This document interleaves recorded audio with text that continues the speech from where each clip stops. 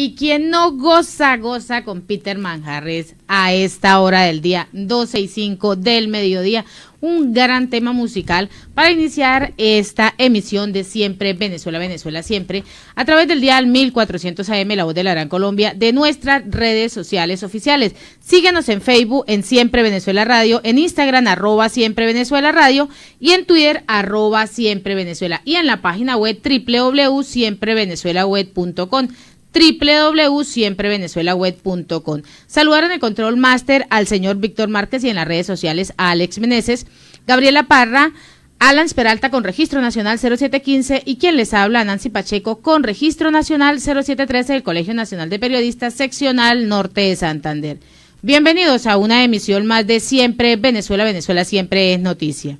Iniciamos con esta primera nota. Leopoldo López Gil pidió a la subcomisión del Parlamento Europeo fijar la posición sobre el embargo a El Nacional, pues la justicia venezolana, que responde a los intereses del régimen de Nicolás Maduro, embargó el viernes 14 de mayo desde la sede del periódico venezolano para cubrir los 13 millones de dólares que un tribunal le ordenó pagar a Diosdado Cabello en una demanda por una supuesta difamación. Pues el eurodiputado Leopoldo López Gil solicitó a la Subcomisión de Derechos Humanos del Parlamento Europeo que fije una posición sobre este tema totalmente ilegal de las instalaciones del diario El Nacional por orden de Diosdado Cabello por supuesto daño moral. Desde el Parlamento Europeo acordé con algunos de mis colegas elevar a las instancias apropiadas lo que ha sido, en nuestra opinión, un acto totalmente ilícito e ilegal por parte del Tribunal Supremo de Venezuela al embargar, utilizando inapropiadamente su poder, las instalaciones del diario El Nacional de Caracas. Esto pues es lo que ha venido reiterando López Gil en un video difundido a través de las diferentes redes sociales. La justicia venezolana, que responde a estos intereses del régimen de Nicolás Maduro, pues embargó lamentablemente al Nacional. Y ante esto pues también se han manifestado muchísimos actores con el tema de ese embargo, y no solo el tema del embargo, Gaby y audiencia, sino que llegan arbitrariamente, ingresan a la sede, sacan al personal que estaba ahí, con una aparente orden que no existía, que no existe, ¿sí? Que eso no existe, ingresan, toman y dicen que ni siquiera pueden ingresar a los medios de comunicación, ingresaron unos medios de comunicación que son del propio gobierno, que no sabemos qué tan legítimos sean, pero que eso ya no es del Nacional, ya no es un periódico, sino aparentemente es una universidad. Y hoy veía algo muy curioso, Gaby. Sí. Escuchaba a Diosdado Cabello decir en alguna ocasión que cuando él tomara el diario El Nacional, él le iba a cambiar el nombre.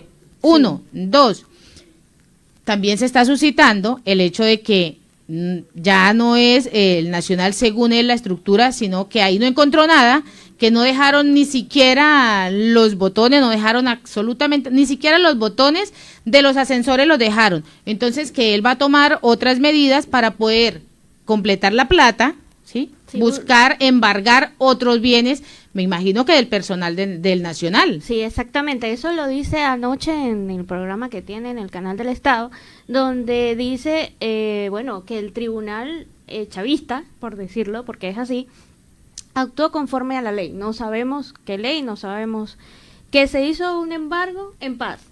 No fue así, fue más un ataque militar, fue un acceso forzado por parte de las fuerzas y que al llegar no había nada, que ya había estado desmantelado y que entonces el avalúo que se había hecho previo embargo ya no está justificando el monto de la sentencia que establece el Tribunal Supremo de Justicia y va a seguir indagando qué más le puede quitar al Nacional, a la Junta Directiva, y bueno, quedó con ganas Diosdado Cabello de otra tajada de la torta. Y ante esto, pues Miguel Enrique Otero, que es más audiencia en las horas de la tarde, 5:30 de la tarde, en el programa, en la emisión de la tarde, estará con nosotros en esta emisión hablando acerca de este tema, pues también él está manifestándose ante esto. Esperamos pronto publicar que Venezuela regrese a la total democracia. Esto pues es lo que ha venido reiterando Miguel Enrique Otero. El pasado viernes pues un tribunal de Caracas embargó esta sede del diario ubicado en Los Cortijos. Funcionarios de la Guardia Nacional Bolivariana ingresaron al edificio y desalojaron a todos los trabajadores con armas largas. Miguel Enrique Otero, quien es el presidente editor de El Nacional, pues reiteró este jueves 20 que la versión web del diario seguirá funcionando para llevar información a todos los venezolanos. Además, así lo ha señalado y espera además que pronto puedan publicar en su página web el regreso de la democracia a Venezuela. Y esto es algo que se ha venido anunciando desde hace mucho rato. Volver a la democracia, recobrar a ese país que ha perdido totalmente la libertad. Así es, Nancy, se hace ya necesario, son más de 20 años en donde se suman al menos 207 medios de comunicación cerrados desde el año del 2013 que empezó todo este asedio en contra de la comunicación. Cerrar y cerrar más espacio es el trabajo que mancomunadamente ha venido haciendo los intereses o el gobierno de mano con el Tribunal Supremo de Justicia. Siempre se inventan algo. Fíjate, Nancy, en lo que va de año 2021 se han cerrado 6 medios, 3 emisoras de radio, 2 webs, se suma ahorita el embargo que sufre el periódico El Nacional. Pese que desde el 2018 se sabe que El Nacional solo tiene versión digital, ya por temas económicos o por temas de recursos no había podido seguir haciendo tiraje, ¿ok? Desde el 2018. Este nuevo ataque contra la libertad de prensa ha sido reprochado por el gremio periodístico y por defensores de los derechos humanos a nivel mundial. La Sociedad Internacional de Prensa alertó en su último informe sobre la violencia sistemática del régimen de Maduro a la libertad de expresión y de prensa, sobre los ataques a periodistas y medios, ya que no solamente es el hecho de cercenar o cerrar un espacio en radio, prensa o televisión, sino adicionalmente el acoso que sufren las personas públicas que se ponen frente a un micrófono a tratar de exponer la verdad. El régimen es enemigo de la verdad, lamentablemente. La radio ha sido el medio más golpeado porque desde hace 8 años se han cerrado 127 emisoras. Además, la ONG reporta que 13 televisoras han dejado de transmitir información, han cerrado 3 medios digitales web y 63 medios impresos. Y en otro orden de ideas, los migrantes venezolanos pagan más de 400.000 millones de impuestos en Colombia cada año. Esto pues es lo que ha venido publicando Semana. Uno de los principales efectos positivos que genera la migración hacia un país pues es el mayor recaudo de estos impuestos que se puedan adquirir, pues los migrantes impulsan el consumo de la nación donde están llegando. Y en este caso, Colombia, pues se cree que los migrantes que provienen de Venezuela, pues pagan 400.000 millones cada año en impuestos. Al respecto de este tema, pues el director del Departamento Nacional de Planeación, Luis Alberto Rodríguez, dijo que el mayor aporte de los migrantes se da en el IVA. La migración va a dar retornos totalmente positivos en el mediano plazo entre pues los años venideros, en lo que se recauda que Colombia con este impuesto de ventas pagados por migrantes pues 6 veces mayor de lo que ha pagado en el año 2017. Esto también dentro de el panorama que se viene presentando y además en este momento con el Estatuto Temporal de Protección pues aún más se van a recibir muchísimos más recaudos con la finalidad de que ellos ya pueden tener ese estatus permanente, que pueden aportarle a la sociedad, que es una sociedad que a donde llega el migrante venezolano o cualquier migrante, ese país no ha gastado un peso en educación, pero que vienen a aportar a través de sus conocimientos adquiridos en sus países, pues vienen a darlos en los diferentes países. Y esto es una gran ventaja en Colombia. Acá tenemos aproximadamente 2 millones de migrantes venezolanos que están apostándole a esto, al Estatuto Temporal de Protección. Sí, Nancy, al regularizar cualquier migración, en este caso estamos hablando de la venezolana, pero siempre cabe acotar que cualquier migración, venga de donde venga, al momento de regularizarse, desagua un poco lo que es el costo de tener un migrante irregular en territorio.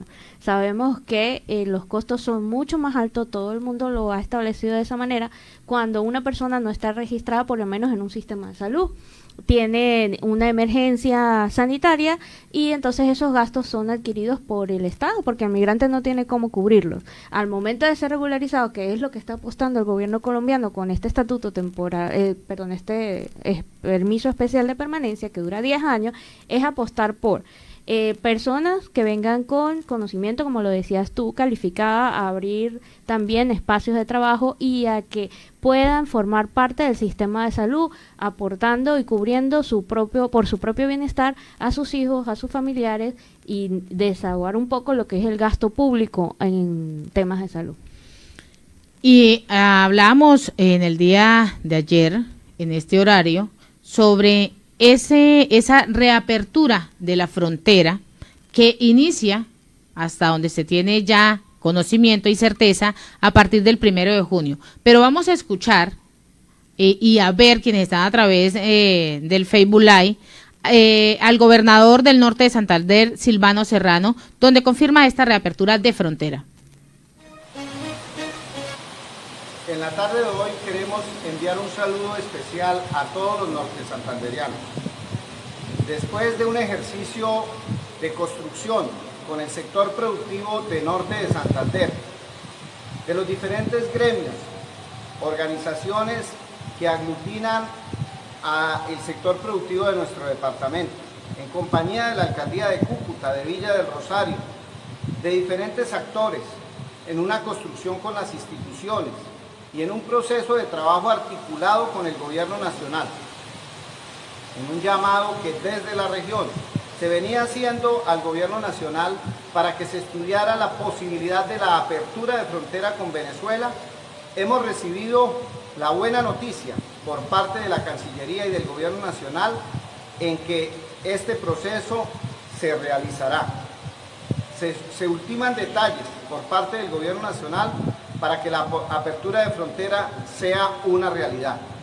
El esfuerzo conjunto y articulado con el gobierno nacional, con el sector productivo, con los gremios, con las alcaldías, especialmente con la alcaldía de San José de Cúcuta, da los mejores resultados. Hoy queremos recibir esta noticia con mucha complacencia. En medio de estas dificultades, esto permitirá una reactivación de la frontera de manera segura.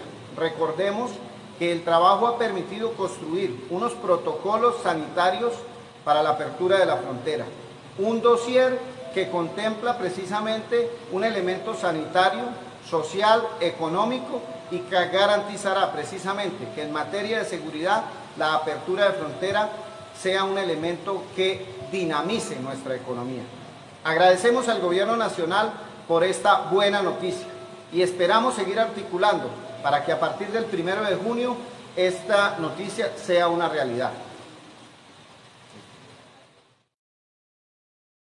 Una gran noticia, como bien lo reitera el gobernador Silvano Serrano, esa reapertura, pero esa reapertura se hace también con muchísima protección, que es lo que se ha buscado, la bioseguridad para el ingreso, poder activar la economía en norte de Santander, además no solo el norte de Santander, sino activarla a nivel país. Esto pues ya da un gran avance en la economía, cómo va a empezar a fluir la economía. Cúcuta, y sabemos que todas las fronteras dependen de fronteras, de eso, de la economía que se mueva a través de las fronteras. Y de eso pues en la segunda hora tendremos también a nuestro invitado, a Carlos Luna, quien nos va a ampliar aún más esta información, Gaby. Correcto. Empresarios de Venezuela también se manifiestan en función de esta gran noticia, de la posible reactivación de la frontera con Colombia, al abrir el paso.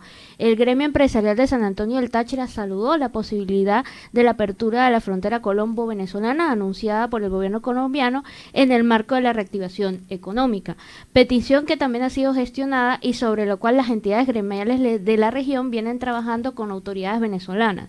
El gremio empresarial de San Antonio del Táchira saludó la posibilidad de la apertura con la frontera, ya que también toda la frontera, los dos países han sufrido económicamente en ventas, en empleo, hasta en la bioseguridad. Entonces sigue siendo, como lo decías tú, Nancy, el llamado a que esta apertura se haga con responsabilidad y con todos los controles de bioseguridad, para que no sea una alegría hoy y un pico en 2 semanas del COVID, sino que sea una alegría permanente, estable, y que todos podamos disfrutar de que el comercio y la gente pueda seguir viniendo y cruzando la frontera. La gobernadora del Táchira en algún momento de hace más o menos como unas 3 semanas o un mes aproximadamente hablaba de esos encuentros que se han venido realizando en la frontera con la gobernación del norte de Santander, con la misma gobernación del Táchira, con los diferentes alcaldes para mirar cuál era esa viabilidad y esa posibilidad de reabrir la frontera y poder tener ese fluido de comercio. ¿Qué es lo que busca? Las fronteras buscamos es eso, que se tenga esa activación comercial, que se pueda nuevamente reintegrar la sociedad a una mejor economía. Y en otro orden de ideas, Felipe González dice que Venezuela es un estado totalmente fallido. Considera que el presidente Nicolás Maduro tiene poca capacidad al tener un gobierno no legítimo que no controla ni su propio territorio. Pues el expresidente español Felipe González dijo este miércoles durante una entrevista en un canal de televisión colombiano que Venezuela es un estado totalmente fallido y que el presidente Nicolás Maduro tiene poca capacidad al tener un gobierno no legítimo que no controla ni a su propio territorio, no controla su propio territorio y han depredado al país, han liquidado absolutamente todo y no solo la libertad de prensa o las libertades públicas, también han liquidado la autonomía, la capacidad de acción. Esto pues es lo que ha venido señalando el mandatario. También en opinión de González, el problema fundamental de Nicolás Maduro sigue siendo Venezuela con ¿qué? Con la capacidad de contagios a los demás. En los últimos acontecimientos de la muerte de Jesús Santrich, que parece claramente confirmado, es una parte del problema que él llevó hasta territorio y a suelo venezolano, porque Maduro ha decidido apoyar a Iván Márquez y a Santrich frente a las disidencias que no aceptaron los acuerdos de paz. Esto en este sentido también insistió en la incapacidad del mandatario venezolano para recuperar iniciativas que no sean como el cierto nivel de bastardeo, así lo ha calificado, y de estar implicado con las disidencias de la FARC, a la vez también enfrentadas entre sí y con los helenos que juran lealmente a Maduro o con los paracos del tráfico de drogas, así lo ha venido calificando. Según el expresidente, pues las disidencias ya se rebelaron contra Venezuela, dado que el lugar de un conflicto armado pues se ha generado entre Apure, el fronterizo con Venezuela, que se vive en esta zona desde el 21 de marzo, con un saldo indeterminado de fallecidos, varios desaparecidos, 8 secuestrados a manos de los grupos irregulares. Maduro pues ha decidido, según González, no hacerle frente y por eso en este momento hay militares venezolanos en manos de estos grupos disidentes y han muerto muchos de ellos, así también como se ha venido mostrando el desplazamiento de muchísimos civiles. Y esto es una clara realidad, esto es una radiografía de lo que está sucediendo en Venezuela, el amparo de esos grupos minúsculos que según Nicolás Maduro ingresaron. Pensaron en algún momento que las disidencias de las FARC, el ELN, los grupos irregulares, los mismos grupos que ellos han armado, que el mismo gobierno ha armado, iban a apoyarlos y esto se vuelve en contra. Todo lo que es malo se revierte en algún momento. Así es, Nancy. Mira, la apreciación del expresidente español, Felipe González, más bien se queda un poco corta, ya que solo menciona, digamos, las alianzas que tiene con el ELN, las FARC y estos grupos irregulares. Más hay que acotar que hay que sumarle allí todo la soberanía que ha dejado en manos de otros países como China y Rusia. O sea, realmente es eso, Maduro ya no controla el territorio, no controla la soberanía. Y también me gustó mucho en las declaraciones del expresidente español, Nancy, que él dice, me gustaría que la comunidad internacional que tiene interés por el restablecimiento de la democracia venezolana actúe coordinadamente con un común denominador que todos dicen aceptar, y que es el restablecimiento de la libertad y la democracia, además de la urgente ayuda humanitaria y sanitaria. Eso es totalmente correcto. La presión internacional tiene que ser muy fuerte en su voz, unida de muchas partes, porque realmente la situación está tan crítica para Venezuela que lo que se tiene que hacer es ayuda, ayuda y ayuda. Y antes de irnos a la pausa, vamos a escuchar y a ver el video donde destaca los avances alcanzados en esta propuesta del país de Juan Guaidó. Es noticia. El presidente encargado de Venezuela, Juan Guaidó, destacó los avances respecto al proceso de negociación que están llevando con el régimen de Maduro. Tiene probabilidades, sí y no, como todo proceso. Ahora sabemos que el objetivo del régimen no es, y no nos confundamos, no nos chupamos el dedo, no es entregar de ninguna manera el poder. Por eso tenemos que presionar, por eso necesitamos a la comunidad internacional. Creemos que España, pero también la Comunidad Europea, puede cumplir un rol importante en varias de las etapas en este momento de cara al logro.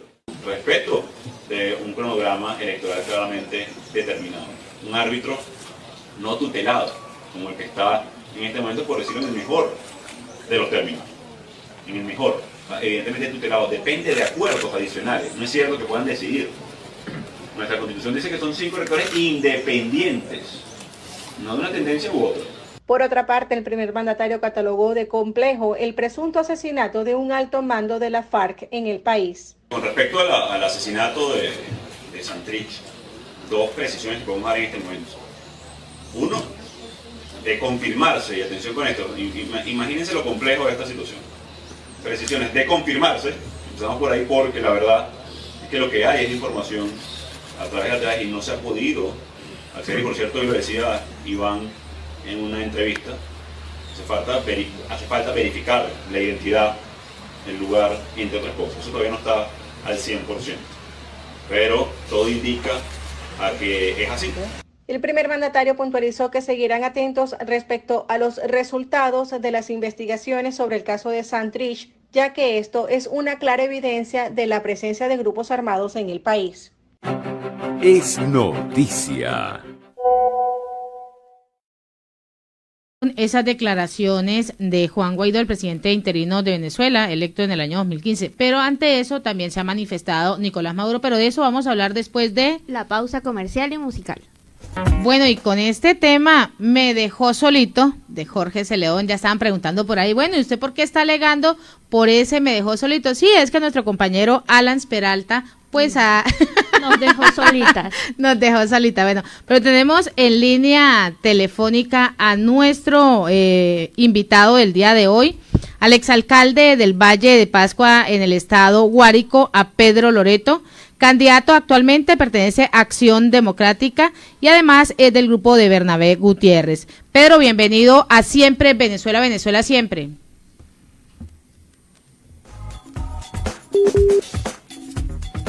Bueno, creo que tenemos problemas con la comunicación con Pedro.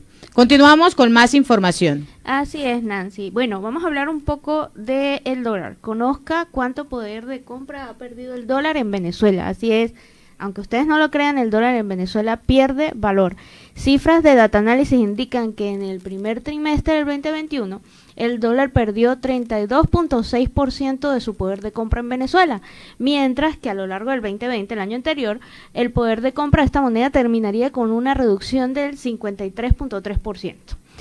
Esto se traduce en lo siguiente. Si usted tenía $100 en enero del 2020, para el 31 de diciembre del mismo año solo podía comprar la mitad de lo que compraba en enero del 2020. Resulta que las cosas en Venezuela están tan mal que hasta las monedas duras o fuertes, reconocidas económicamente como estables, terminan pasando por este proceso de devaluación, en vista de que el bolívar no vale nada y en vista de que no hay una dolarización formal de la economía, pues todo termina cayendo en los mercados informales y pasan estas cosas, ¿no? Luis Vicente León, presidente de Data Análisis, durante el evento Perspectivas Laborales del 2021, puntualiza justamente que todo lo que yo les acabo de mencionar y adicional, que es un fenómeno impredecible lo que está pasando dentro de Venezuela con el dólar, porque en Miami usted compra lo mismo que compraba hace 2-3 años atrás. Eso no pasa realmente, eso no es una fluctuación normal ni natural de la moneda dólar. De acuerdo con la mediación o con la medición que hizo Data Análisis en abril del 2021, 75.8% de los consumidores en Venezuela tenían acceso a las divisas. De ellos, 67.6% las reciben y las generan, y el 8.2% solo las reciben a modo de remesa a sus familiares y amigos que están en el exterior.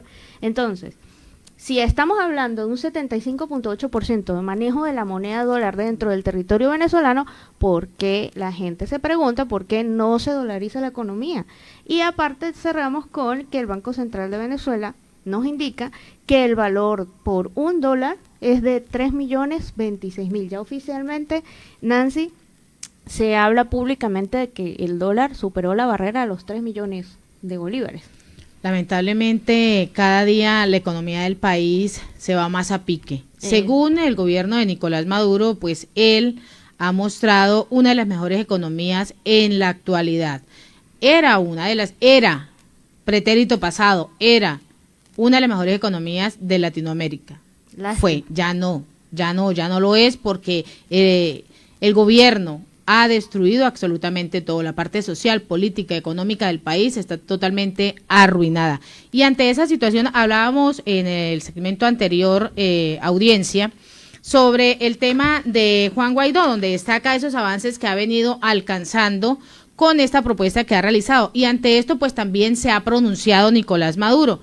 Nicolás Maduro ante esta propuesta le ha dicho tanto a Guaidó como a Leopoldo López que si quieren participar en las elecciones, que bien, que él siempre ha estado abierto al diálogo, que no le envíen mensajitos, que además de enviarle todos esos mensajes, Francisco Torrealba pues le ha transmitido esa información a él, y él, siendo un hombre de muchísima comunicación, de muchísima paz, de tener democracia en el país, de generar un diálogo, porque su gobierno es un gobierno de diálogo, según Nicolás Maduro, según él, pues le dice a Francisco Torrealba que le envíe el mensaje directo tanto a Juan Guaidó como a Leopoldo López, que participen en las elecciones, que él les da permiso para participar en las elecciones, que eso es lo que quieren. Pero también ante eso habla que ha venido manejando unas mesas de diálogo, y que esas mesas de diálogo se han venido desarrollando de la mejor manera entre la oposición y el madurismo, pero no ante la oposición que es extremista, que es una oposición de ese sector extremista, que es donde está Juan Guaidó y Leopoldo López. Según él, ellos se quedaron por fuera, porque acá se han venido realizando diálogos, se ha venido manejando la cautela para la democracia del país, y ante eso Nicolás Maduro hace énfasis en una frase: no soy escaparate de nadie. Es una frase que ha encasillado: no soy escaparate de nadie. El gobierno de Nicolás Maduro reacciona ante esta propuesta, y eso es lo que él le está diciendo, le está enviando ese mensaje, le está diciendo: bueno, aquí no hay mentiras, el gobierno está siendo honesto, está mostrando absolutamente todas las cifras, está siendo real ante esta situación. Acá vamos a crear la ley de la recreación, la ley del Parlamento Común, la ley del adulto mayor, la ley del estudio de los jóvenes gratuitamente. Acá va a empezar él a crear muchísimas más leyes, que ni siquiera se han cumplido unas, para empezar a crear otras. Dentro de ese mundo, que lo hemos denominado en Siempre Venezuela ese mundo mágico, Nicolás Maduro le dice a la oposición extremista, que así lo califica él, que han salido de ese mundo de Narnia, están en un mundo de la Narnia, pero ese mundo que él no quiere pertenecer. No, terrible, Nancy. Mira, como un gobierno dice hoy: bueno, vámonos a elecciones y pueden participar, por ejemplo, Leopoldo López, cuando está pidiendo al gobierno de España que lo extraditen de nuevo a Venezuela para que sea juzgado. Entonces, ¿cómo se va a medir un presidente con un exprófugo de la justicia? Porque así lo declara primero. Ahora sí le está dando una posición de líder político opositor. Ya no es... porque si está hablando de eso, entonces tiene que echar para atrás lo que ella dijo, que es pedir a España la extradición. Punto número 1. Punto número 2, decir que va a crear leyes de protección contra el estudiante, la población vulnerable, el adulto mayor. Cuando sabemos hoy que la educación venezolana, número 1, está golpeada por las infraestructuras, que las universidades están de verdad en un estado pésimo. Número 2, los estudiantes tienen unas becas, digamos, de nombre. Becas de estudio de nombre. Una beca que no llega ni a $1. ese es el monto que depositan a través del carnet de la patria, que de ñapas es solo el carnet de la patria, volvemos un instrumento controlador de masa, así de simple. Entonces, a través de ese carnet de la patria le depositan $1 a un estudiante como educación gratuita y como ayuda para que esta persona o este joven estudie. ¿Para qué alcanzar $1? ¿Para qué le alcanza $1 a un estudiante en Venezuela? Para dos cosas, para una de dos cosas. 18 copias, ¿sí? 18 copias al precio actual o 8 pasajes. Así de sencillo. Para Listo, nada más. Para nada más.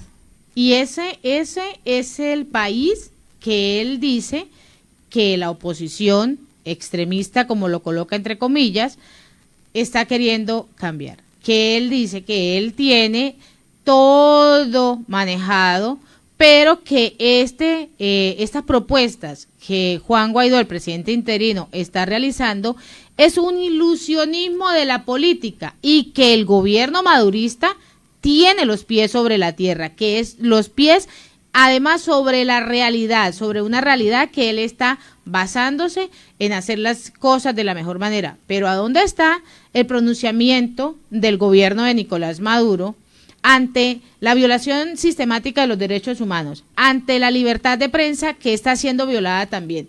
¿Dónde está y dónde están las manifestaciones acerca de los niños de Guiria? ¿Dónde está? ¿Dónde está también el tema del COVID-19? Las cifras han aumentado. Esto, lamentablemente, ese es el gobierno, no de Narnia, sino el mundo mágico de Nico. Así de sencillo, el mundo mágico de Nico. Y en otras informaciones tenemos el reporte de nuestro compañero Alan Peralta desde Estados Unidos. Escuchemos ese reporte. Desde Estados Unidos, el reporte especial en la voz de Alan Peralta. Sin duda alguna, una de las noticias más impactantes ocurridas en la zona de frontera colombo-venezolana ha sido el anuncio del gobierno de Colombia de que se está estudiando la posibilidad de reapertura de la frontera a partir del 1 de junio. Sinceramente, muy poca gente lo esperaba así, pero la política nos sorprende y ocurre que en el momento más inesperado, en el momento en el cual se supone que no iba a haber la llamada apertura, pues ocurre esto, el anuncio de Migración Colombia, el anuncio de Cancillería y sobre todo el anuncio de las de las fuerzas vivas de Colombia, quienes de alguna u otra manera en esta zona de frontera ejercieron bastante presión para poder alcanzar la reapertura de la zona de frontera, la reapertura de los puentes. Pero, ojo, no hay que hacerse tampoco demasiadas expectativas con esto. Se ha anunciado la apertura de los puentes fronterizos, pero del lado colombiano. Ahora no se sabe cuál es la respuesta del lado venezolano. Fíjense lo siguiente, Colombia anunció la reapertura también con Ecuador, con Panamá, con Perú y sorprendentemente Panamá dijo que ellos mantenían su frontera cerrada, la frontera terrestre, es decir, la situación terrestre. Entonces ya eso va a depender también del otro país. Indudablemente una frontera no se puede abrir de un solo lado, tienen que ocurrir ciertas circunstancias. Y ya Colombia ha admitido, de alguna manera, que esta reapertura puede ocurrir a partir del 1 de junio. Es decir, estamos apenas a 15 días. Y con las medidas de bioseguridad necesarias. Hay que esperar entonces pacientemente la respuesta del gobierno venezolano, del gobierno de facto de Nicolás Maduro, quien tiene el control de esta llave que es la frontera.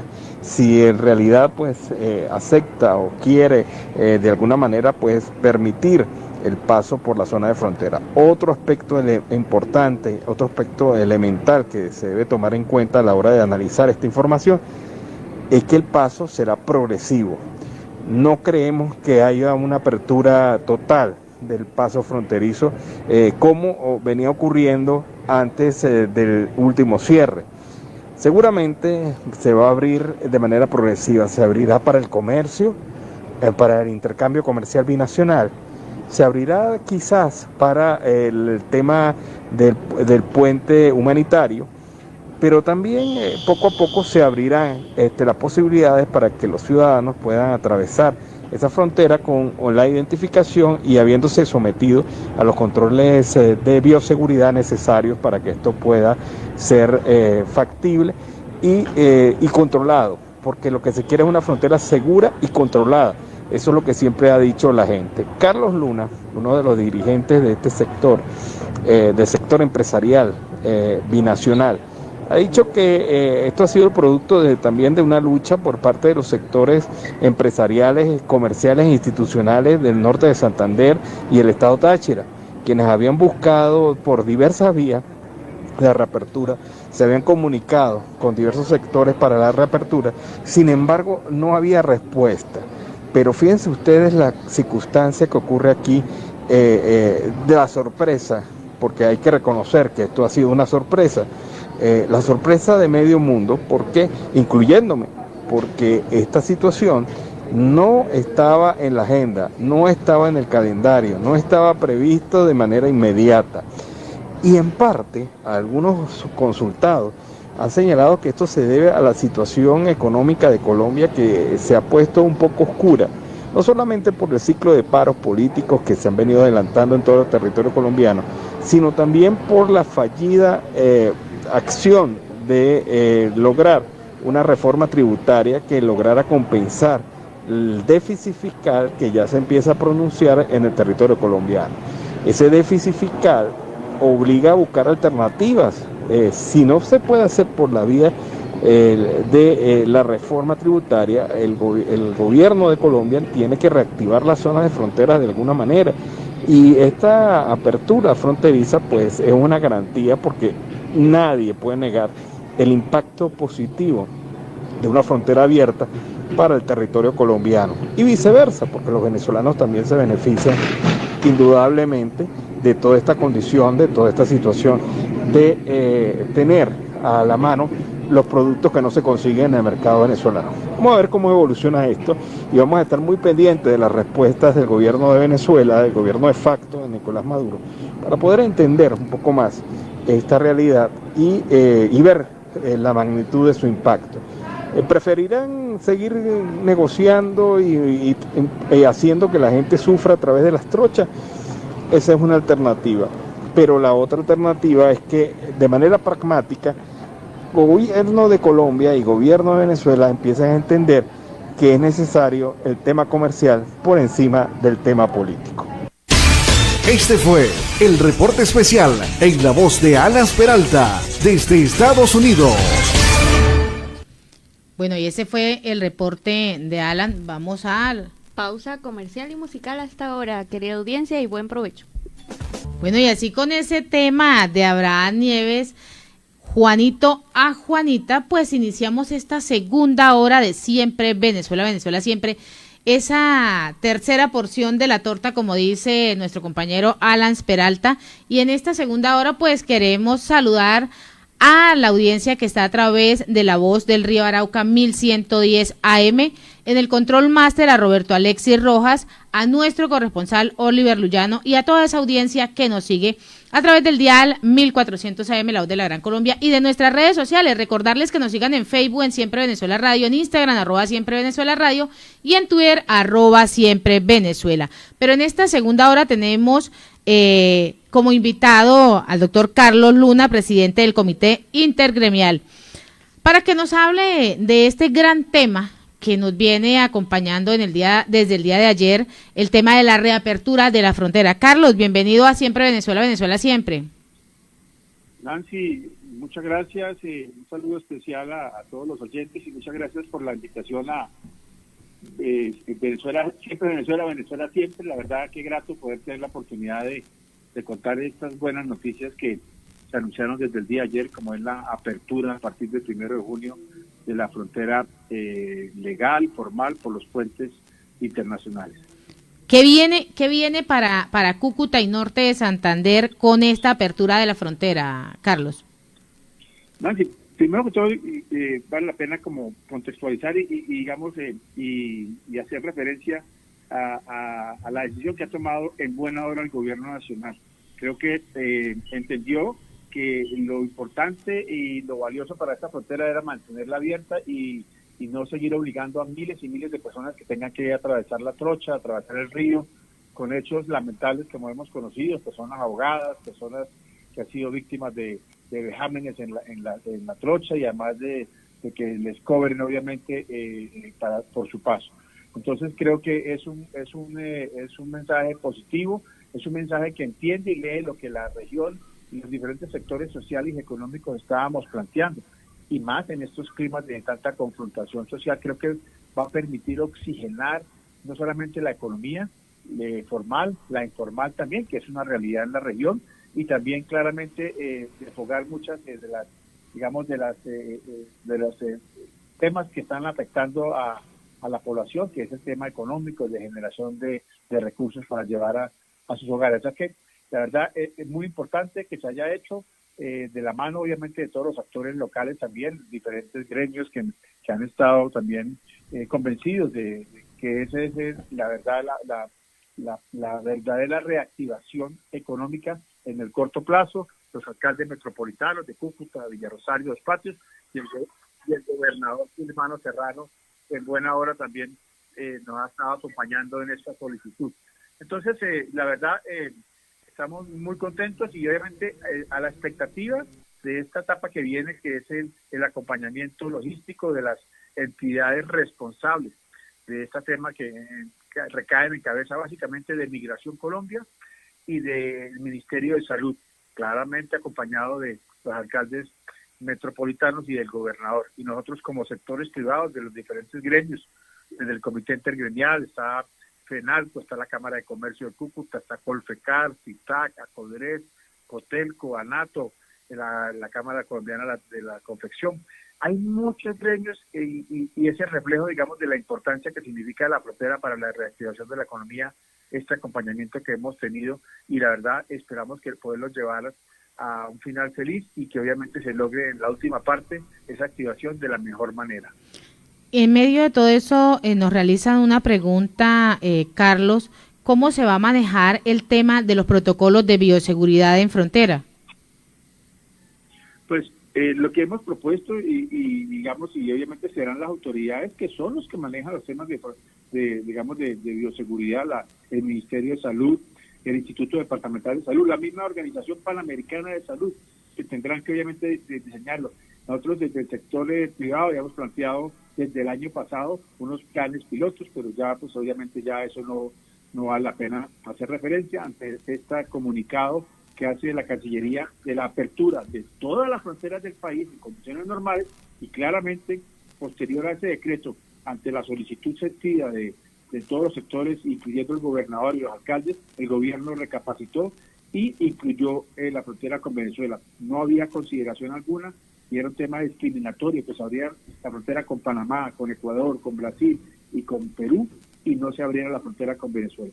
Entonces serán las autoridades, obviamente, pero será un escenario mucho mejor del que estamos actualmente viviendo, que es las 8, las 10.000 o 12.000 personas que están pasando diariamente por las trochas, que no hay ninguna posibilidad de tener control, ni un tamizaje, ni unas mediciones, alternas para que se pueda medir la temperatura o por lo menos el tamizaje de la gente que está llegando. Entonces, en los puentes se podrá hacer, hay que organizar el tema logístico y operativo, pero es en los puentes donde se puede hacer los controles de salud pública, es en los puentes donde se pueden hacer los controles migratorios, es en los puentes donde puede estar la gente segura pasando de un lado a otro de la frontera, y no como veníamos haciendo y prácticamente obligando a unos temas de violaciones de derechos humanos, obligando a los pueblos a que tengan que botarse al río para pasar, para venir a comprar alimentos, para ir a visitar a sus parientes en el Táchira, para venir a comprar medicamentos, a cobrar los giros. O sea, realmente este es el deber ser, este es el derecho de las cosas. Lo que pasa es que está tan distorsionado todo que nos parece lo normal es lo que hemos estado viviendo, que es que sea el río y no sean los puentes el camino para poder intercambiarnos cultural, social y económicamente. En medio de todo este proceso, como bien lo has venido denotando, Carlos, también se ha visto esa violación sistemática de los derechos humanos y además de la irresponsabilidad que se ha presentado, de las grandes falencias, cómo la gente ha perdido sus vidas, también han perdido muchas de las pertenencias que han traído y ante eso pues también sumarle los diferentes grupos irregulares que también han estado cobrándole las vacunas a ese migrante venezolano que va y viene, ¿no?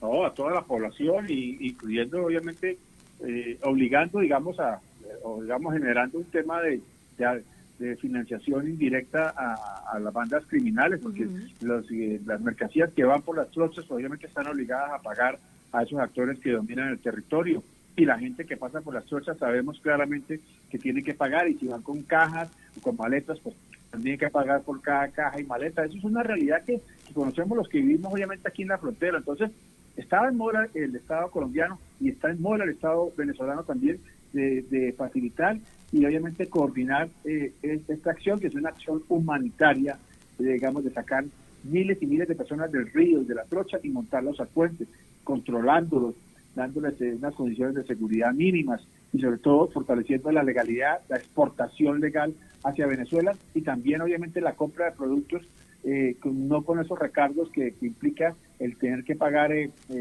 extorsiones por las trochas. Entonces, yo creo que ese es el inicio, digamos, de un mensaje que manda el gobierno colombiano en buena hora, y dejar de politizar la frontera, que la frontera no sea un cuadrilátero de las diferencias políticas y diplomáticas que tienen los gobiernos, que nos dejen en la frontera al margen de esas diferencias. Obviamente la política internacional la dirigen los presidentes de Colombia y de Venezuela, pero los habitantes de Táchira y el norte de Santander no podemos seguir siendo víctimas de esas diferencias, y sobre todo con la violación sistemática, digamos, del libre tránsito de las personas y obligándolos a correr el riesgo de su propia vida.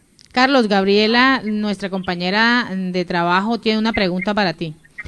Doctor Carlos, buenas tardes, un saludo. Básicamente mi pregunta está relacionada con el documento de identificación que pueda utilizar la persona que necesita cruzar por el puente. ¿Sigue teniendo vigencia la tarjeta de movilidad fronteriza? ¿Es ese el documento con el que las personas que hacen tránsito ida y venida en un mismo día pudieran entrar a través del puente de Simón Bolívar? Bueno, yo obviamente no soy experto en el tema de la documentación, es Migración Colombia la que reglamenta eso, pero en el marco, digamos, de lo que precisamente lanzó el Estado colombiano en buena hora y que celebró la comunidad internacional, que es el Estatuto Regulatorio Migratorio, pues la forma de regularizar y digamos, de hacer una caracterización de los migrantes es en el puente, no eran la trocha. O sea, me parecía increíble que se hubiera lanzado ese Estatuto Regulatorio Migratorio y se estaba haciendo ya la caracterización y obviamente toda la entrega de información, y que estuviéramos por las trochas, digamos, obligando a que la gente venga a regularizarse. Entonces, yo creo que en buena hora se abren los puentes para también ayudar a clarificar esa situación de la regularización de los migrantes por medio de este estatuto que toda la comunidad internacional celebró y que también nosotros celebramos. Carlos, ¿cuál es ese mensaje final para toda la población, ese mensaje de tranquilidad? El mensaje de tranquilidad es que vamos a volver a encauzar lo que era la frontera como la hemos conocido, por lo menos en esta etapa inicial, peatonal, de manera segura, que la gente y las familias y los diferentes grupos familiares puedan venir y puedan ir también hacia Venezuela, que las personas que tienen que viajar por algunas circunstancias por Colombia a otros destinos internacionales, o que vienen a buscar medicamentos, a cobrar sus giros, a comprar alimentos o a mirar obviamente un nuevo escenario en Colombia o en algunos de los países del sur del continente, que lo puedan hacer de manera normal, como corresponde. Es que todo está tan distorsionado que se nos olvida que hace 6 años estamos con la frontera, que no hay paso vehicular, cuando pasaban más de 40.000 vehículos de tráfico por mediodía, no más por el puente Simón Bolívar, que hace 2 años no hay exportaciones porque hay unos containers que puso el gobierno venezolano ahí, y que de un año para acá nos tocó pasar por las trochas y por los ríos, y como bien lo han hecho ustedes de referencia, muchas personas perdieron sus vidas porque se vieron obligados a pasar en unas condiciones infrahumanas, y eso no puede volver a pasar. La frontera no se puede volver a cerrar por más de que haya diferencias políticas. Tiene que haber unas condiciones mínimas, obviamente, de coordinación y de tratamiento, digamos, a esa población, cumpliendo los derechos humanos, porque la realidad es que lo que hemos vivido no corresponde a la frontera. Y lo peor es que nos hemos acostumbrado, que lo normal era eso. Y no, tenemos que recuperar nuestro libre tránsito, la recuperación cultural, social y económica del Táchira y del norte de Santander, que hemos sido los más afectados, y obviamente con ambos países con el cierre de la frontera. Entonces, estamos muy contentos, estamos a la expectativa y esperamos obviamente que las entidades encargadas de puntualmente, que es Migración Colombia, el Ministerio de Salud, los alcaldes del área metropolitana, el gobierno nacional y obviamente con la coordinación de la gobernación, podamos llevar esto a feliz término. Nosotros desde los sectores privados estamos atentos a coordinar, a ayudar y apoyar, porque ha sido obviamente una constante, digamos, entendiendo y conociendo la realidad económica y social que vive la región, el área metropolitana de Cúcuta y el mismo Táchira, la importancia de que la frontera se restablezca en unos términos mínimos normales por lo menos. Carlos, muchísimas gracias por participar en esta emisión de Siempre Venezuela, Venezuela Siempre, y como siempre te lo hemos reiterado, esta es una plataforma para contar esas buenas noticias. Que tengas una excelente tarde. Bueno, muchas gracias y un abrazo fuerte a todos los oyentes y gracias por la invitación. Muchísimas gracias. Y en Siempre Venezuela, Venezuela Siempre, vamos con el primer reporte de nuestro corresponsal Oliver Luyano, el amigo de todos. ¿Qué tal, amigos de Siempre Venezuela? Desde esta zona de frontera, desde Arauca, la tierra del joropo, reporta para ustedes el amigo de todos, Oliver Luyano, guariqueño y de Saraza. Bueno, amigos, gran placer de presentarles la invitada a este parte del programa. Se trata de un personaje muy importante en la vida del estado Aragua, la profesora Marlene Ortiz, con una amplia trayectoria en el mundo político, alcaldesa de Maracay, diputada, y bueno, además de comunicadora social, que mantuvo un programa allí en televisión por largos años. Bueno, buenas tardes, bienvenida, profesora Marlene. Gracias por atender esta llamada. Muy bien, Oliver, a tu orden. Buen día, que lo pases muy bien. Profe, quisiera que nos hiciera una radiografía, vamos a llamarla así, de la situación de Maracay en este momento. Bueno, mira, Maracay es una ciudad hermosa, geográficamente posesionada muy bien, a 1 hora de Caracas, en todo el centro del país, en la capital del estado Aragua, uno de los estados que fueron más importantes desde el punto de vista agrícola, comercial, industrial, una de las ciudades industriales más grandes de Venezuela fueron las de La Victoria, Santa Cruz y Maracay. Maracay, además de su posición geográfica, tiene unas bellezas naturales extraordinarias. Aragua es el estado con más influencia cultural en el centro del país. Tenemos aguas, las más preciosas playas de las bahías de Cata, de Choroní, de Ocumare. Tenemos la mayor cantidad de tierras A1 cultivables. Maracay posee el Parque Henry Pittier, el Lago de los Tacarigua, un pequeño rincón de Alemania en Venezuela, como lo es la Colonia Tovar, productora de frutos, dulce, criollos alemanes y criollos venezolanos. Magdaleno, donde no había una sola persona sin trabajo, porque tenía la fábrica de muebles más importante hechos en la misma ciudad por los mismos vecinos de Magdaleno. Todo eso desapareció. Aquí lo que queda es ruina. Maracay está en ruina.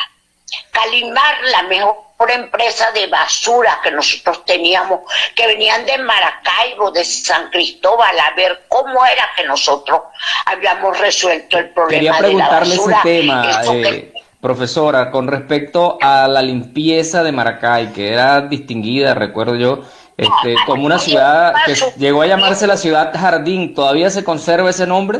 No, eso es una ciudad basurero. Acabaron, te contaba cuando me hacías la pregunta que Maracay tiene la mayor cantidad de basureros al aire libre en todas las esquinas y las calles de Maracay. Maracay está en un estado de ruina espantoso. No han podido resolver el problema de la basura. En Maracay era la ciudad que venían de Maracaibo, de San Cristóbal. A ver cómo nosotros la teníamos tan bella, tan limpia. Calimar era una empresa que nosotros tomamos lo mejor de las Islas Canarias para la solución del problema y lo logramos. No, aquí dejaron perder los camiones de Calimar. Aquí el transporte teníamos 68 autobuses de transporte público. Metromar, ¿no? El Metromar. No, Metromar, todos los mar los acabaron. Los acabaron. Metromar. Instalaron su mar. Profesora, una pregunta que quiero hacerle. Esta gente que gobierna, ¿en algún momento le ha consultado o ha tomado su opinión para algún punto del gobierno para mejorar o...? Nunca le han consultado. Ni el mío ni el de nadie. Una administración tan pulcra como la que nosotros teníamos, que la Contraloría de la República, a pesar de estar en manos de la oposición cuando yo era alcalde, nunca en la vida nos hicieron una observación, porque tratáramos de ser lo más transparente y cumplir con la ley orgánica del régimen municipal, como con la ley contra el enriquecimiento ilícito. No, este último alcalde que murió hace como 3 semanas de COVID, un hombre joven de 48 años, que fue pesando 60 kilos al año. Bueno, y pues fue el primer reporte de Oliver Luyano, nuestro corresponsal en Arauca, guariqueño y de Zaraza. Y en Siempre Venezuela, Venezuela Siempre, vamos a una pausa comercial y musical. Bueno, y con este tema bien chévere para esa población del Arauca. Aquí está nuestra compañera que baila con ese tema de Euclides Leal, el tornillo y la tuerca. Pues continuamos acá en Siempre Venezuela, Venezuela Siempre es noticia. Así es, Nancy. Vamos a hablar un poquito de otro proceso migratorio que es hacia Estados Unidos. Alertan a los venezolanos sobre fraudes para obtener el TPS en Estados Unidos. Recordemos que en la administración de Biden ofreció este Estatuto de Protección Temporal o TPS a todas las personas, todos los migrantes que estuviesen en el territorio de Estados Unidos antes del 8 de marzo del 2021. El secretario de la Seguridad Nacional, Alejandro Mayorkas, informó que el TPS es por 18 meses, es decir, hasta septiembre del 2022. También explicó que para ser aprobado las personas deben cumplir con los requisitos de elegibilidad, incluyendo buen carácter moral, es decir, que no hayan cometido ningún delito en el territorio antes o previo al pronunciamiento. Un portavoz de UCSI señaló que se han generado varios casos de fraude lamentablemente sobre el programa, lo que ha desatado alertas en la agencia. A los migrantes se le prometen protecciones que no existe a cambio de grandes sumas de dinero. Bueno, el llamado es para todos los migrantes, para que aprovechen estas iniciativas de todos los gobiernos que se han dado para todas las personas que lamentablemente tienen que emigrar de su país de origen, a que lo hagan con la legalidad, con la verdad y con el respeto que merece el país que los está recibiendo. No se presten a personas inescrupulosas que lo que hacen es esto. Primero, terminas robado, estafado y sin la posibilidad de poder unirte a un beneficio que te pudo haber servido muchísimo más junto con el dinero que perdiste lamentablemente. Y en Siempre Venezuela, Venezuela Siempre vamos con el segundo reporte de nuestro corresponsal Oliver Luyano, el amigo de todos. ¿Qué tal, amigos de Siempre Venezuela? Desde esta zona de frontera, desde Arauca, la tierra del joropo, les habla el amigo de todos, Oliver Luyano, guariqueño y de Zaraza, transmitiendo para la voz de la Gran Colombia y también para La Voz del Río Arauca, acá en Arauca. Recuerde también que nos puede seguir a través de nuestra página de Facebook, Siempre Venezuela Radio.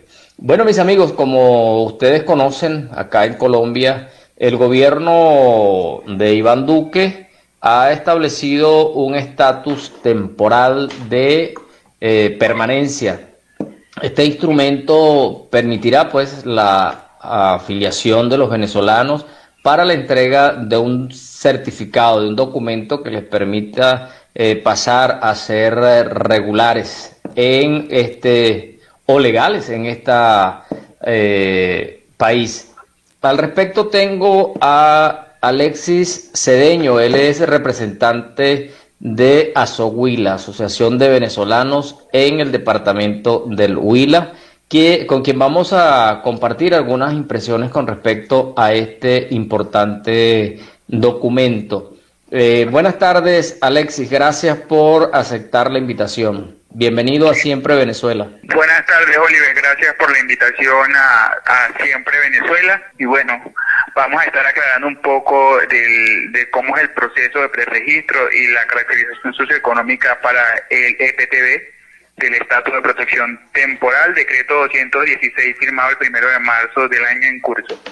¿Quiénes tienen derecho a entrar en esta protección? Bueno, este régimen de estatus de protección temporal es solamente para población migrante venezolana, solo que hay 3 grupos poblacionales el cual cubrirá este estatuto, que son los venezolanos que están en condición regular, bien sea con su pasaporte venezolano, con permiso especial de permanencia, salvoconducto, o aún así estén en condición de como refugio, pueden pasar también al estatus de protección temporal. El segundo grupo es el grupo que está en condición irregular, que se encontraba en Colombia antes del 31 de enero del presente año, que se hizo el decreto 216, así lo dice la resolución 0971 para ser exacto. El tercer grupo que cubre el estatus de protección temporal es la población migrante que haya entrado al territorio colombiano una vez se aperturen todos los digamos, la frontera, los pasos fronterizos con Colombia, que ellos hayan entrado regularmente, ellos podrán acogerse a este estatuto de protección temporal también. ¿Cuál es el primer paso que debo hacer para ingresar a la plataforma? ¿Dónde debo ir? Bueno, se dirigen a la página de Migración Colombia. Para los que están regulares, para recordar nuevamente, Oliver, para los que están regulares, que tienen permiso especial de permanencia, ellos no deben presentar prueba sumaria. Ellos, al meter su dato y su número de PEC, ya la página le botará toda su documentación que ya tiene Migración Colombia. Pero tienen que afiliarse y crear un correo, ¿no? Una clave, algo así. Sí, exactamente. El primer paso para hacer el proceso de preregistro para el estatuto, primero el migrante debe tener primero un correo que se sepa la contraseña y el nombre de usuario, o sea, que esté vigente ese correo. Luego de tener ese correo, se mete en la página de Migración Colombia y le da ingresar a la parte de preregistro virtual. Allí va a anexar ese correo, y luego de ese correo, ahí le va a salir una opción de ingresar para crear un usuario nuevo, un usuario fuera de su correo, un usuario que va a ser el usuario. Con una clave distinta al correo, ¿no? Ajustada a las normas que establece. ¿Qué documentos, si yo tengo, o sea, si tengo el PEP y qué documentos debo anexar? No tengo que presentar prueba sumaria, pero sí me pide que anexe algunos documentos. Para el caso de los que tienen permiso especial de permanencia o los que están en condición regular, ellos solamente deben anexar su fotografía tipo carnet en fondo blanco y el número de documento de permiso especial de permanencia. Ellos no deben presentar prueba sumaria. ¿Pero le piden algún otro documento, el PEP, le piden el número, carta de residencia? No le piden nada de eso, ¿no? Ya eso es nada de eso, porque ya al momento de yo ingresar mi número de permiso de permanencia, ya automáticamente arroja toda la información donde estoy actualmente, toda la información que ya maneja Migración Colombia por medio de ese permiso especial de permanencia. En el caso número 2, ¿qué debo presentar? ¿Qué me sirve como prueba sumaria?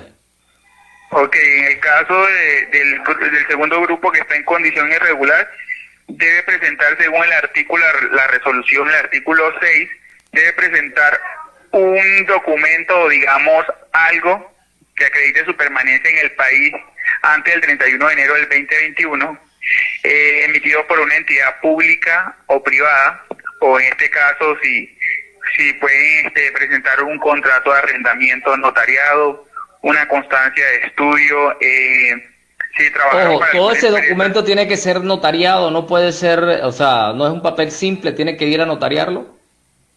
No, los documentos que deben ir notariados en este caso, digamos, si yo soy nacional colombiano y yo te conozco a ti, a Oliver Luyano, yo, por ejemplo, puedo hacerte una constancia de residencia, por ejemplo, puedo decir o testificar una declaración extrajuicio, como le dicen acá en Colombia. Ajá. Yo puedo decir, yo conozco al señor Oliver de vista y trato desde el año 2018, reside en el barrio tal, con número de teléfono tal, con su familia tal. Eso sí yo lo debo notariar como nacional y entregártelo. Ya cuando es un ¿Lo vas a documento notariar? emitido, ¿Te lo vas a notariar tú como persona, o sea, como el beneficiario en este caso? no, le tocaría notariarlo el que lo está emitiendo. Al colombiano. Exacto, porque al momento de un venezolano le van a exigir una cédula Eso te iba a decir. de ciudadanía o un pasaporte vigente para notariarlo. Y ¿qué otra cosa te iba a decir? Era que deben tener en cuenta de que al momento de notariarlo es solamente cuando lo va a expedir una persona natural, porque si lo está emitiendo una empresa que tiene cámara de comercio o lo está emitiendo una entidad pública, no necesita ser notariado. Digamos, si tú fuiste al hospital, te hiciste algún examen médico, ese examen con tu nombre, que sale tu nombre, te sirve como prueba sumaria para subirlo. Y estos archivos deben subirse en el formato que lo pide la página de registro RUM.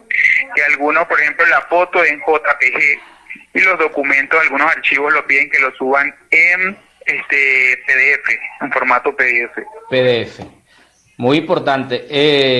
¿Ustedes allá llevan algún número de personas que se han registrado a través de la asociación? Bueno, nosotros acá no son muchas las que hemos registrado por motivo de que a veces no abarcamos hacer el proceso a todos, porque incluso hemos colaborado a otros departamentos, a población migrante, a hacer el proceso, pero más o menos, la verdad no tenemos estipulado como tal cuánto llevamos, porque no hacemos como tal una asistencia de los registros, pero sí hemos asistido a varias población migrante acá en el departamento del Huila. Ya le hemos dicho a la gente el primer caso, o sea, el que tiene el PEP solamente registra su foto y el número de PEP. Y en el otro caso, el documento, la prueba sumarial que le permita justificar su permanencia acá. En el tercer caso. En el tercer caso, las personas que entren a Colombia, una vez habilitados todos los pasos fronterizos, si la persona entra regularmente sellando su pasaporte, ella tendrá 2 años para ella acogerse a este estatus de protección temporal para migrantes. ¿Ha explicado Migración Colombia cómo será ese proceso? ¿Cómo? ¿Ya Migración Colombia ha explicado cómo va a ser ese proceso para acogerse al estatuto? Sí, claro, lo ha explicado, incluso también está en la resolución que te decía hace rato, la resolución 0971. Ahí lo especifica cada artículo, especifica cómo va a ser el proceso para los 3 grupos poblacionales. Volvemos al primer caso, Alexis. ¿Hasta qué fecha tienen los ciudadanos venezolanos para registrarse? Ok, para los que están en condición regular, tienen hasta el 28 de mayo, de mayo del año 2022. Para los que entren una vez ya estén habilitados los pasos, ya te digo, estoy buscando acá la resolución, que lo dice claramente, dice el plazo para realizar el registro único a migrantes venezolanos RUM, para los migrantes venezolanos a los que se refiere el numeral 1, 2 y 3 del artículo de presente resolución, para migrantes venezolanos, estará habilitado a partir del 5 de mayo, que ya pasó ya esa fecha, Ajá. hasta el 28 de mayo del año 2022. Ajá. Y para aquellos migrantes venezolanos que se refiere al numeral 4 del artículo referido en el Registro Único de Migrantes Venezolanos RUM, estará habilitado desde, eso es para que, Oliver, esto que te estoy leyendo es para los que una vez, los que entren una vez ya habilitados los pasos, Ajá. y que entren regularmente, ellos tienen, a partir del 29 de este mes, ellos podrán hacer su preregistro virtual hasta el 24 de noviembre del año 2023. 23. Dime una cosa, ¿se estima la pronta apertura de la frontera? Sí, por ahí estuvimos viendo algunas noticias con el gobernador y el alcalde de Bucaramanga, que se da apertura a la frontera de Venezuela con Colombia a partir del 1 de junio, pero con todos los protocolos y algunas normativas que ya ellos tienen de bioseguridad para otra vez la restauración de la economía y todo con ambos países, y también a la atención humanitaria que se le está dando a la población migrante. Bueno, Alexis, quiero agradecerte por este contacto. Vamos a estar pendientes porque nos falta mucha información con respecto a el Estatuto Temporal de Protección. Claro que sí, Oliver, claro que sí. Bueno, quienes habla Alexis José Cedeño, representante legal de la Asociación de Venezolanos en el Huila. Gracias a Siempre Venezuela y a ti, Oliver, por la invitación.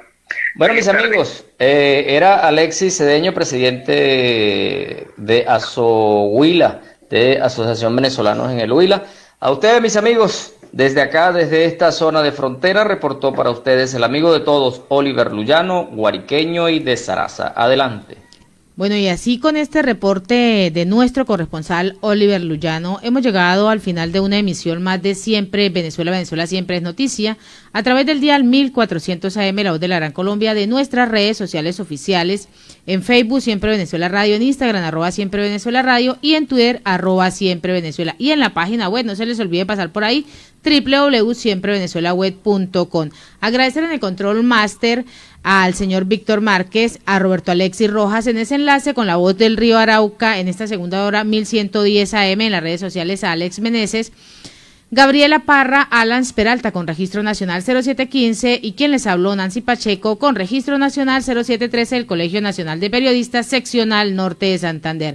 Hasta la tarde, ya saben, estamos en enlace con la voz de la Gran Colombia, con Aruba Estéreo 91.5 FM, en enlace con Radio San José 1160 AM. Hasta la tarde, audiencia.